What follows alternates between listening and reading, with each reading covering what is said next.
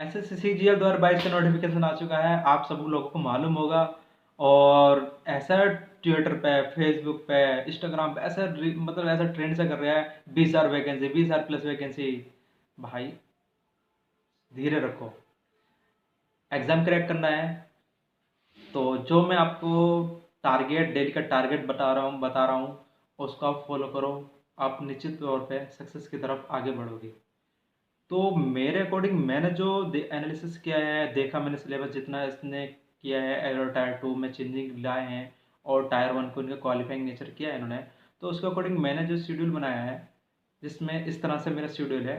हो सकता है कि आप लोगों की थिंकिंग अलग हो, और लोग क्या सोचते हैं क्या नहीं। जो मतलब जो फ्रेशर बच्चे हैं, जो बिगिनर जो फ्रेशर बच्चे हैं, जो जो इन लोगों ने 2020 भी एग्ज़ाम दिया, 2021 भी दिया था, वो पुराने बच्चे हैं, तो वो लोग और बेहतर जानते हैं। बट मेरे अकॉर्डिंग इतना टाइम उनको देना ही चाहिए। अगर आपको ऐसे सीरियल क्रैक करना है तो मेरे इतना एग्ज़ाम देना ही पड़ेगा। जिस तरह से मैं आपको अपना शेड्यूल बताता हूँ कि कैसे स्टडी मैं करता हूँ, करता था मैं।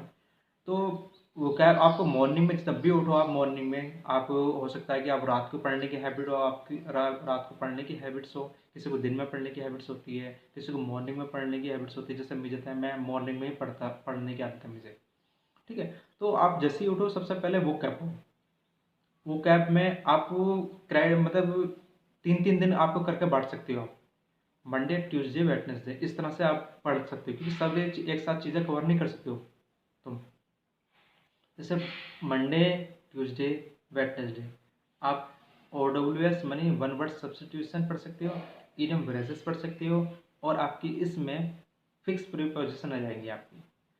आप अपने अकॉर्डिंग 10-10 पढ़ सकते हो, 15-15, 20-20 पढ़ सकते हो, वो आपके अकॉर्डिंग। मतलब 1 घंटा आपको वो कैप को देना। और ऐसे ही वेट थर्सडे, फ्राइडे को सैटरडे आएगा। सैटरडे में भी आप 3 कर सकते हैं, जिसमें सिनोनिम आएगी आपकी। एंटीनियम पढ़ने की जरूरत नहीं, सिनोनिम में ही आपके एंटीनियम कवर हो जाएंगे। आप सिनोनिम पढ़ सकते हो। सिनोनिम करने के बाद आप इसमें फिर स्पेलिंग आ जाएगी, स्पेलिंग आने के बाद और फ्रेजल वर्ब आ जाएगी आपकी। या मॉर्निंग में सेशन हो जाएगा तुम्हारा। और उसके बाद आप इंग्लिश ग्रामर आइए। इंग्लिश ग्रामर में आपको रूल पढ़ने पड़ेंगे आपको। 1 घंटा आप इंग्लिश ग्रामर के रूल पढ़िए। फिर दोबारा आता है 1 घंटा आपने रूल पढ़ लिए, डेली आपको रूल पढ़ने ग्रामर की। फिर तीसरा आता है इंग्लिश ग्रामर प्रैक्टिस, जिसको मैंने दिया है इंग्लिश ग्रामर प्रैक्टिस सेशन के नाम से मैंने अपना दिया है मैंने।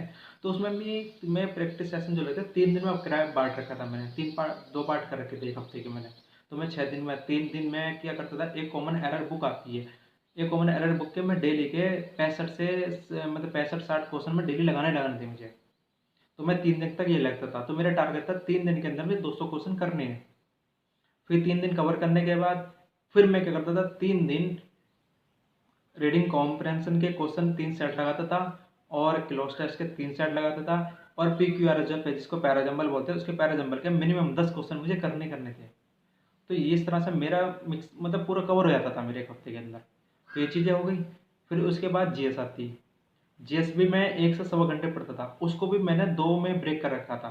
एक पोर्शन मैंने साइंस में का साइंस दे रखा था, और दूसरा है मैंने जिसमें से मेरे इंडियन पॉलिटी, हिस्ट्री, ज्योग्राफी, मैंने 3 सब्जेक्ट इसमें रख रखे, और इसमें फिजिक्स, केमिस्ट्री, बायो रख रखे थे। ठीक है। आप बोलोगे अदर इकोनॉमिक आएंगी, वो भी बताऊंगा मैं। स्ट्रेटजी के आएंगी, वो कैसे कैसे मैंने कवर कर रहा हूँ, एक की मैंने। तो आपको 3 दिन में ही आपको ये पढ़ना है। जैसे पहले 1 हफ्ते के अंदर आप क्या करोगे, जैसे इंडियन पॉलिटी आपने पकड़ ली, वर्ल्ड पकड़ो, वर्ल्ड ज्योग्राफी पकड़ो, इंडियन ज्योग्राफी पकड़ लो। आपने 3 दिन आपको पढ़नी है। और 3 दिन आपने पढ़ी, 3 दिन आपको क्या पढ़ना है, फिजिक्स केमिस्ट्री पढ़नी है। यानी एक केमिस्ट्री पढ़ लो, बायो जो से मर्जी करो, एक 3 दिन वो आपको पढ़नी है। जैसे तुम्हारा जैसे इंडियन पॉलिटी कंप्लीट हुई, सॉरी इंडियन ज्योग्राफी जैसे कंप्लीट हुई आपकी, अदर केमिस्ट्री आपकी कंप्लीट हुई।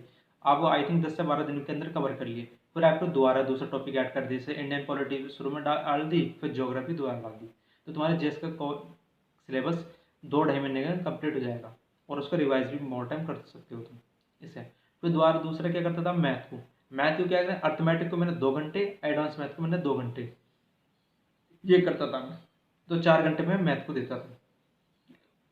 फिर रीजनिंग को 1 घंटे आपको देने पड़ेंगे। अब रीजनिंग को निगलेक्ट नहीं कर सकते। आप ये नहीं कह सकते कि मॉक मेमोरी प्रैक्टिस नहीं, रीजनिंग को आपको 1 घंटा देना पड़ेगा सेपरेट।